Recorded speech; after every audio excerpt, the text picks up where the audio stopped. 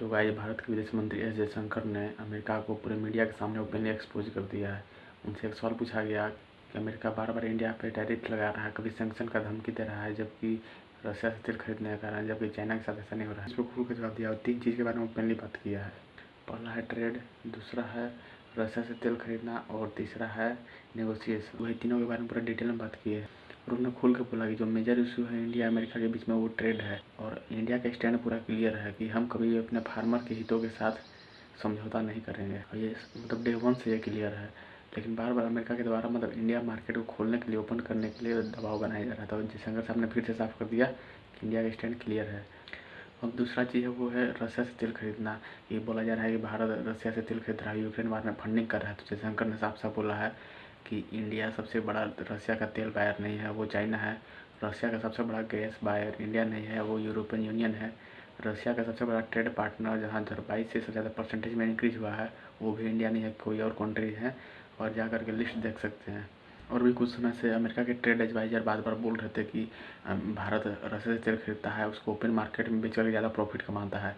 तो उसका भी जवाब हमारे विदेश मंत्री दिए और जयशंकर साहब ने कहा अगर भारत तेल बेच करके प्रॉफिट कमा रहा है तो फिर अमेरिका क्यों भारत से तेल बाई कर रहे हैं, जो भारत रिफाइन करके बेच रहा है।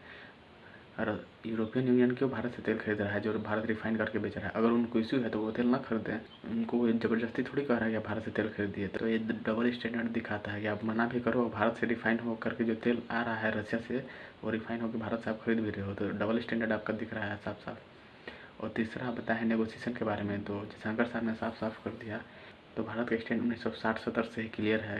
भारत का पाकिस्तान इशू पे कोई भी मीडिएशन स्वीकार नहीं है, ये 1970 से ही क्लियर है।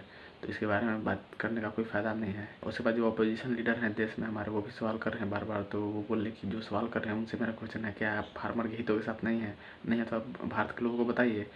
और उनसे ये भी बोला गया मीडिएशन के बारे में, क्या ट्रंप ने मीडिएशन किया था। तो बोले कि देखिए फ़ोन कॉल तो हो रहा था, इधर से भी हो रहा था, उधर से भी होता है, हर देश में होता है। जैसे रशिया यूक्रेन में कॉन्फ्लिक्ट हुआ तो जयशंकर साहब बोले कि हम खुद फ़ोन किए थे। जब इजराइल ईरान में कॉन्फ्लिक्ट हुआ तो वहाँ पे जयशंकर साहब खुद फ़ोन किए थे। तो जब इंडिया पाकिस्तान में हुआ तो वहाँ JT वेंस 9 तारीख को फ़ोन किए थे और बताए थे मोदी जी को फ़ोन करके कि पाकिस्तान बड़ा अटैक करने वाला है। जैसे मोदी जी भी बोल रहे थे कि अगर वो अटैक करेगा तो इधर से उससे भी बड़ा अटैक होगा, उसको जवाब दिया जाएगा।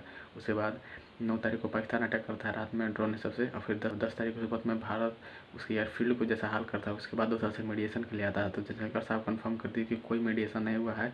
हमारे मिलिट्री ने 10 तारीख को दिन में उनको सूरज और चांद दोनों दिखाया, उनका एयरफील्ड उड़ा दिया। तो लास्ट में पाकिस्तान घुटनों पे आया, फिर DMO वगैरह बात किया और तब जाकर के अंडरस्टैंडिंग बना की। और इसी बीच अमेरिका ने सर्जियो गोर को भारत का एम्बेसडर नियुक्त कर दिया है। तो ये बड़ी डेवलपमेंट सामने आ रही है। और भारत के साथ साथ पूरे साउथ एशिया को एम्बेसडर है। तो इंडिया भी रह सकते हैं, कभी वो मन हुआ तो पाकिस्तान भी चले जाएंगे, कभी बांग्लादेश, कभी श्रीलंका, कभी नेपाल। और यहाँ पे ट्रम्प गवर्नमेंट का U-टर्न होता हुआ दिख रहा है, क्योंकि उनको उम्मीद नहीं थी कि भारत पे इतना दबाव बनाएंगे तो भारत चाइना के साथ रिश्ता इतने जल्दी सुधार लेगा। क्योंकि आपको पता है कि भारत और चाइना के बीच जो ट्रेड पास वो भी शुरू हो गया, फ़्लाइट भी शुरू हो गई। अब भारत सरकार अमेरिकन सिटीजन को वीज़ा भी देना शुरू कर दिया, डायरेक्ट फ़्लाइट भी शुरू होने वाली है।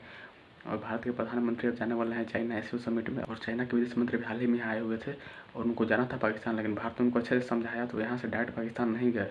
यहाँ से पहले वो अफगानिस्तान गए, उसके बाद पाकिस्तान गए। तो USA बहुत ध्यान से इस चीज़ को ऑब्जर्व कर रहा है। वो भी शौक हो गया कि चाइना की फॉरेन पॉलिसी अचानक बदल क्यों गई।